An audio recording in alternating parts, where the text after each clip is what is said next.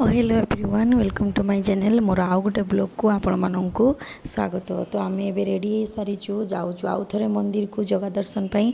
तो आपण मैंने तो देखिले काली रात जगह दर्शन आम करें एत भिड़ थिला और मंदिर भी बंद हो गला।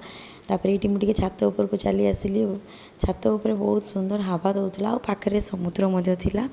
तो से मुझे वीडियो बनाऊली केते सुंदर देखुए हवा पूरा जोरसोर से हवा दौला। तो आम पुणी जीवु सियाड़े सका आम जाऊँ सियाड़े पुणी ठाकुर दर्शन पर पुणी बीच जीवार अच्छी पुणी आहरी घर को आसबार अच्छी। तो ये आम पहुँची सारे अलरेडी देखु मंदिर को।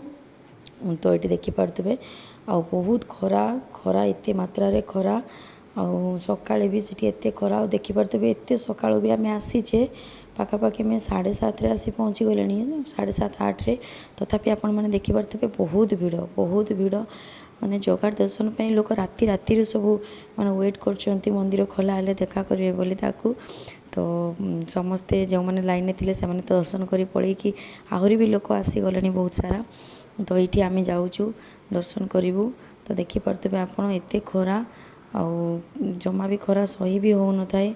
आउ ये जाऊँ दर्शन कर सारे आम चलीगलु भीतर को दर्शन भी आमर सरीगला भलरे भलरे जगह दर्शन करदेलु भीतर पशिकी पूरा आराम से ताकू बहुत पूरा पाखर देखिकी आसिल मत एत खुशी लगे मुझे दर्शन केबे भी आगु करी पूरा पाखक जाई आटा फास्ट टाइम मोर पाखक जाइए दर्शन करी ना सबुदिन एमती भिड़े केंचा केंची होके देखिकी सैड हो जाए टे देखिकी खेदिकी नहीं पलांती पुलिस मैंने।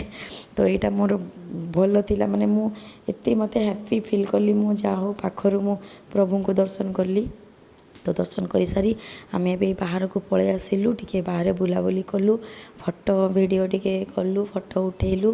तो आप मैंने देखिपे एत खरार भी केते भिड़ केते सारा लोक से वेट करके रही दर्शन करने। तो जा हो ता कृपारू आम शीघ्र लाइन रे जाइकी पहुँची भी गलु आ दर्शन भी करदेलु। जहाँ भी हो प्रभुंर इच्छा काली राति नथिला ताको आम दर्शन करूँ बोली। तो से आम काली राति दर्शन न करी पारिकी रिटर्न फेरी आसीलु रूम को। तो जहाँ भी हो तार दर्शन मिलगला। तापर आम मंदिर फेरिकी छुआ मैंने कहले टी गाधेबे बोली। तो एत खरारे मु तो कहली जमा मु समुद्र रे बुड़ लगे पारिनी बहुत खरा दौए आ गरम भी प्रबल लगुए। तो से मैंने गले जाइकी समुद्र रे गाधेले गाधेला मुझे कहली ठीक अच्छे मुझे से भितर बुली दिए आप देखिपे एत खरा नौए लास्ट मु अधुआ नेली चाह भी पार न थाए। तो ये से मैंने गाधेवाई गले गाधौं पूरा फुल एंजॉय करुचन। मो पुओ तो समुद्र गले माने सी पूरी गले माने से दीघा भी हो से गाधेब आपाई तो जिते कहले से शुणनी गाधेब पूरा 2 घंटा पूरा कंटिन्यू गाधेला। गाधे सारा पुणी रूम को जीवा आउ थे बीच आसबार अच्छी। तो नेक्स्ट ब्लॉग रे आप देखा। Thank you.